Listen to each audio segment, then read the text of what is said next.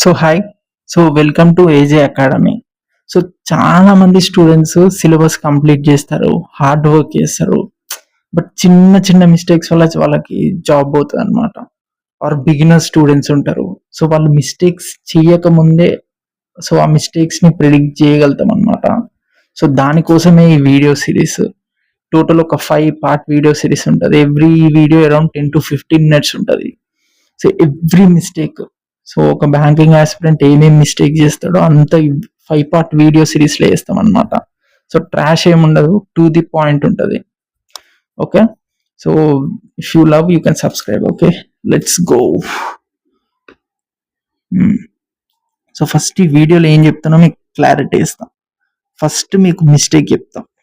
ఏం చేస్తారు banking aspirants అనేది కామన్ గా, what do they do, what mistake they commit. Second, ఆ మిస్టేక్ వల్ల మీకు ఏం లాస్. సో ఈ మిస్టేక్ అని చెప్పాలంటే ఆ లాస్ ఏమొస్తుందో మీకు చెప్పాలి కదా. And third, I give a solution for that. చాలా వీడియోస్ లో మీరు చూడొచ్చు, మీకు మిస్టేక్ చెప్తారు వాళ్ళు, they don't give a solution. See the point is, ఆ మిస్టేక్ తెలుసుకోవాలి, బట్ దాన్ని రెక్టిఫై చేసుకుని మీకు సొల్యూషన్ కూడా తెలియాలి కదా. సో ఈ 3 చెప్తా అనమాట. సో ఫస్ట్ కామన్ మిస్టేక్స్ లో ఇది పార్ట్ 1. పార్ట్ 1లో ఇది చూద్దాం. ఫస్ట్ ఏముంది, not following a strategy follow అవ్వకపోవడం వల్ల లాస్ ఏంటిది. సో కొందరు స్టూడెంట్స్ ఎట్లుంటారంటే, క్వాంట్లో టాపిక్ చదివేస్తారు, సంథింగ్ రీజనింగ్ లో, సారీ ఇప్పుడు సీటింగ్, పజిల్స్ అట్లా చదివేస్తారు. వెంటనే ఇంగ్లీష్ వెళ్ళిపోయి parts of speech చదివేస్తారు.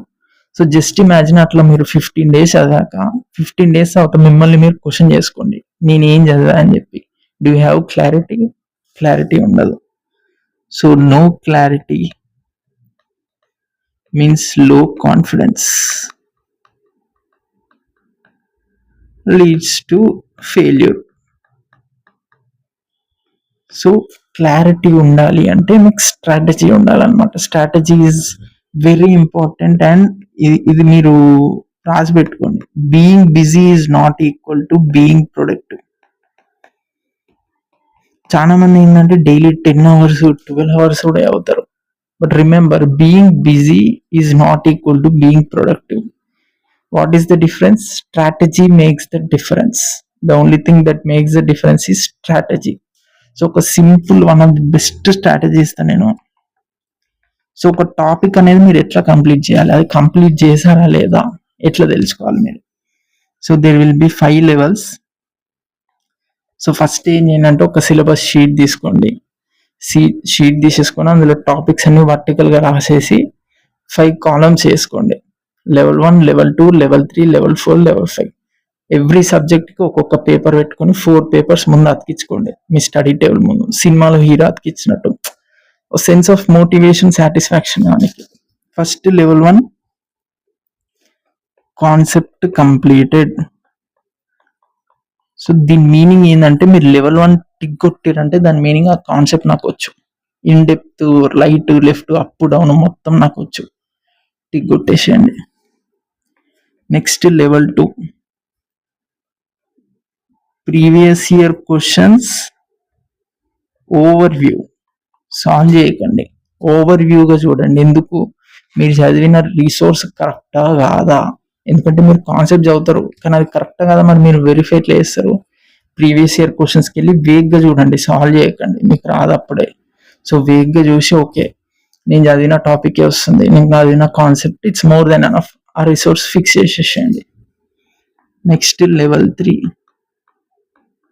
Practice wide range of problems. So different problems practice చేయండి.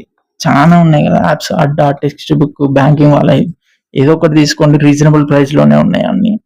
అండ్ యూట్యూబ్ లో కూడా మీరు ఆ యూనిట్ కొట్టి ప్రాబ్లమ్స్ అని కొడితే వచ్చేస్తుంది. లేదా మన ఛానల్ కూడా 2-3 ఉన్నాయి, రేషియో అండ్ ప్రపోర్షన్. సో మీరు ప్రాక్టీస్ చేయొచ్చు ఎట్లయినా యూట్యూబ్ లో కొట్టి అట్లా. ఓకే, నెక్స్ట్ లెవెల్ 4 ఇప్పుడు previous year questions last 5 years the detail గా కంప్లీట్ చేయాలి. డీటెయిల్, ఇంతకుముందు ఓవర్ వ్యూ, ఇప్పుడు ఏంటిది detail. Next level 5 mock test analysis. గుర్తుపెట్టుకోండి, నేను మాక్ టెస్ట్ అనలే, మాక్ టెస్ట్ అనాలిసిస్ అన్నా. గుర్తుపెట్టుకోండి, average student topper student difference చేసేది mock test analysis.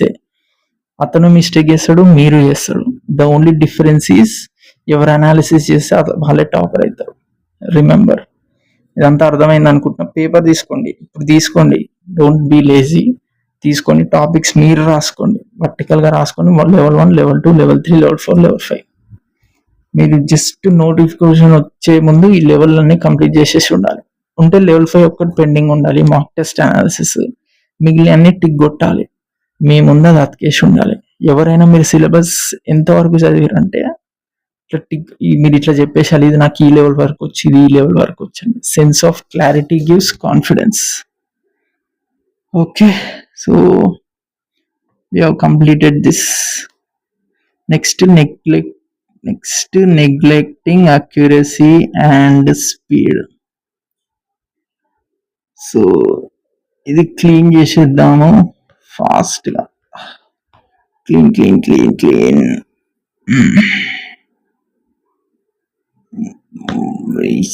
Which color? Let's use red color. No, blue. So చాలా, ఇప్పుడు మీరు ఆలోచించండి, ఒక 100 మెంబర్స్ బ్యాంక్ ఎగ్జామ్కి అప్లై చేస్తే 10% డెఫినెట్గా ఫుల్ సిలబస్ కంప్లీట్ చేస్తారు. బట్ 1%కే జాబ్ వస్తుంది. ఎందుకంటే ఆ 1% అక్యురసీ అండ్ స్పీడ్ని వాళ్ళు ఫోకస్ చేస్తారు. వాళ్ళకి తెలుసు దాని ఇంపార్టెన్స్ అనమాట. అందుకే వాళ్ళు దాన్ని ఫోకస్ చేస్తారు. అండ్ రిమెంబర్, నేను స్పీడ్ అండ్ అక్యురసీ అంటలేను, అక్యురసీ అండ్ స్పీడ్ అంటున్నా. ఎందుకు? First accuracy. So first focus on accuracy. Starting స్టేజ్లో మీరు టాపిక్ వచ్చినప్పుడు ప్రశాంతంగా, టైమర్ ఏం పెట్టుకోకండి, ప్రశాంతంగా సాల్వ్ చేయండి. ఓకే, నాకు కాన్సెప్ట్ అర్థమవుతుందా? Once okay I can do any problem అన్నప్పుడు అప్పుడు స్పీడ్ మీద ఫోకస్ చేయండి. So first accuracy, next speed and accuracy అనొద్దు. మీరు ఇప్పటికెళ్ళి అక్యురసీ అండ్ స్పీడ్ అనాలి. First accuracy, next speed. Okay, to increase speed and accuracy there are only 2 options.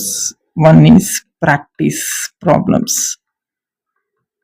అసలు ఘోరంగా practice చేయాలి. మీరు ప్రాబ్లమ్స్ చేస్తూనే ఉండాలి. ఇంకా మీ చెయ్యిట్లా మీ సబ్ కాన్షియస్ మైండ్కి అక్యురసీ అండ్ స్పీడ్ వచ్చేయాలి. మీకు కాదు, మీరు కాన్షియస్ కాదు, మీరు సబ్ కాన్షియస్గా చేస్తున్నా కానీ స్పీడ్గా ప్రాసెస్ అవ్వాలి అంటే you need a lot of practice.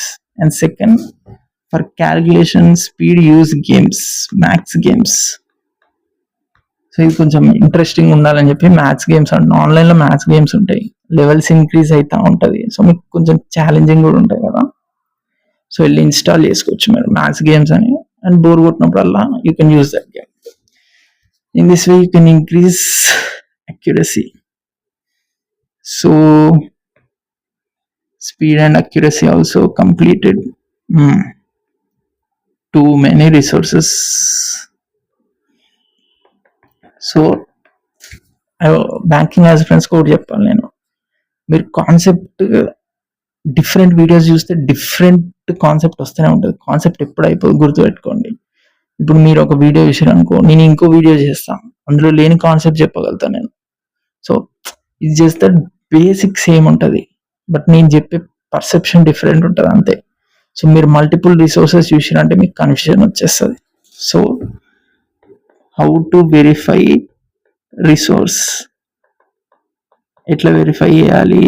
ఇంతకుముందు చెప్పిన లెవెల్ 2లో యూజ్ ప్రీవియస్ ఇయర్ క్వశ్చన్స్ని వేగ్గా చూడండి. మీరు ఒకసారి రిసోర్స్ విన్నాక క్లాస్ ప్రీవియస్ ఇయర్ క్వశ్చన్ చూసి ఓకే నేను చదివిన దాంట్లోంచే వస్తుంది అని చెప్పి మీరు వెరిఫై చేసుకోవాలి. అంతేగాని మల్టిపుల్ రిసోర్సెస్ వాడారంటే మీ సిలబస్ ఎప్పటికి కంప్లీట్ కాదు.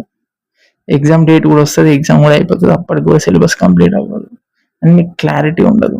Follow only 1, maximum 2 for some subjects. ఇంగ్లీష్కి అట్లా, ఇంగ్లీష్ జనరల్ అవేర్నెస్ కానీ మ్యాక్సిమం 1 వాడండి. ఓకే,